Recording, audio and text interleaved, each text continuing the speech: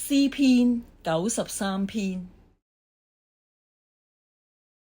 我主為君，他聘為宴作僕。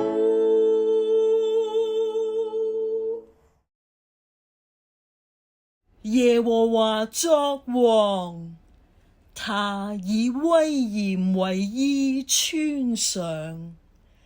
耶和華以能力為衣，以能力束腰，世界就堅定，不得動搖。你的寶座從太初立定，你從亙古就有。我主為君，他聘為宴作僕。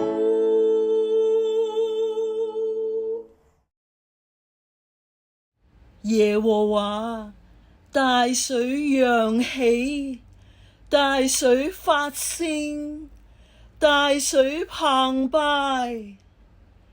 耶和華在高處大有威力，勝過諸水的響聲，洋海的大浪。耶和華，你的法度最為確定，你的殿已稱為聖，直到永遠。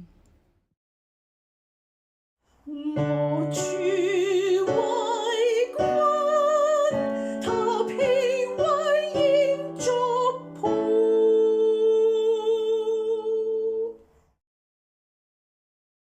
歷代志下15章1至15節。神的靈臨到俄德的兒子亞撒利雅，他出來迎接亞撒，對他說：亞撒，猶大和便雅憫眾人啊，要聽我說。你們若順從耶和華，耶和華必與你們同在。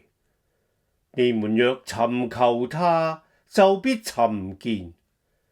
你們若離棄他，他必離棄你們。以色列人不信真神，沒有訓誨的祭司，也沒有律法，已經許多日子了。但他們在急難的時候歸向耶和華以色列的神，尋求他，他就被他們尋見。那時出入的人不得平安，各地的居民都遭大亂，他們被破壞殆盡，這國攻擊那國，這城攻擊那城，因為神用各樣災難擾亂他們。現在你們要剛強，不要手軟，因你們所行的必得賞賜。亞撒聽見這些話和俄德先知的預言，就壯起膽來，在猶大和便雅憫全地以及以法蓮山區所奪的各城，把其中的可憎之物盡都除掉，又在耶和華殿的走廊前重新修築耶和華的壇。我主為君，他聘為宴作僕。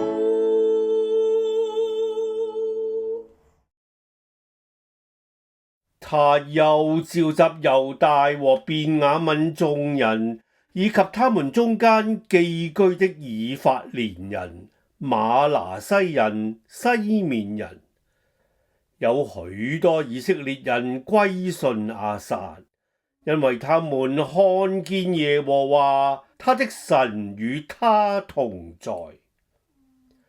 亞撒作王第15年3月，他們都聚集在耶路撒冷。那日，他們從所取的擄物中，將700頭牛和7000隻羊獻給耶和華。我主為君，他聘為宴作伴。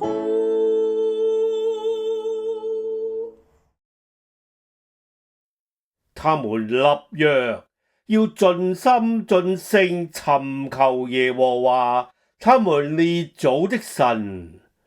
凡不尋求耶和華以色列神的，無論大小男女，必被處死。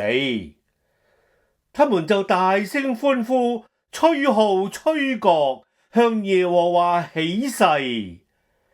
猶大眾人為所起的誓歡喜，因他們盡心起誓，盡意尋求耶和華。耶和華就被他們尋見，且賜他們四境平安。我主為君，他聘為宴作伴。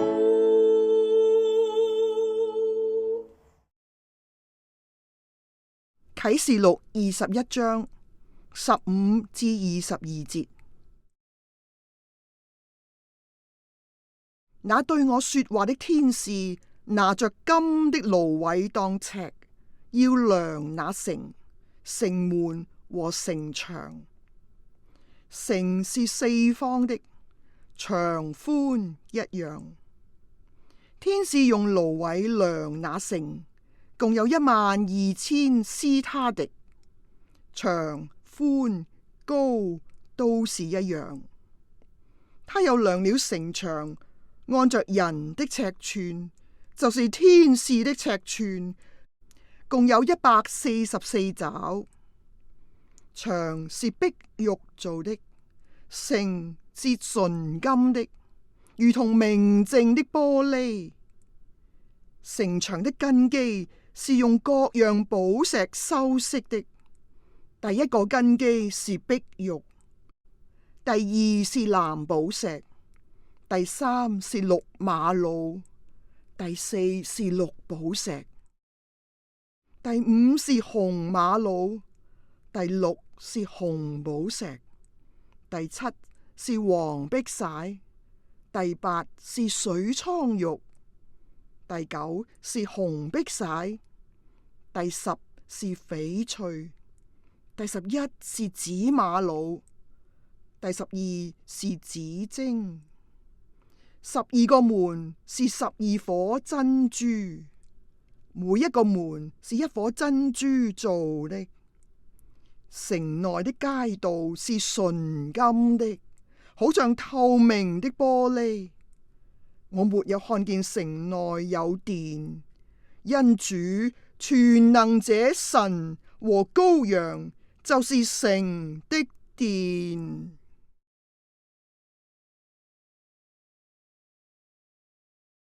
請同心禱告。威嚴大能的上主啊，你的法度最為確定，萬物都聽命於你。大水、洋海、諸水都要發聲，但你法令頒諭遠超其上。地上的君王、領袖、主稅、祭司都要歸從你。我主為君，他聘為宴作伴。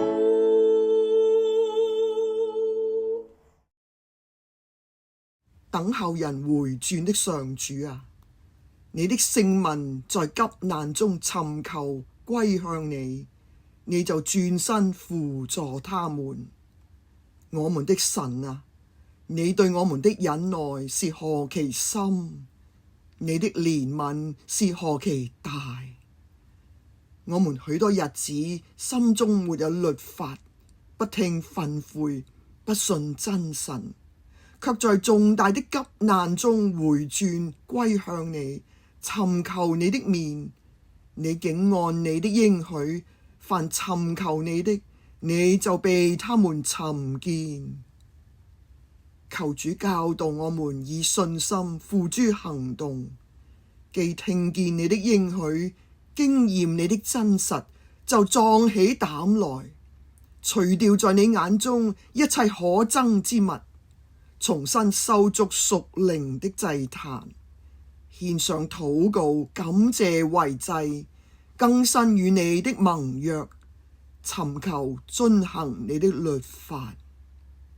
求你紀念你的憐憫和慈愛，將災難禍害逆轉，使我們把破壞荒涼已久之處重建，讓世人因此得見神與我們同在，就都盡心盡性歸向我們的神。我主為君，他偏為鹽作僕。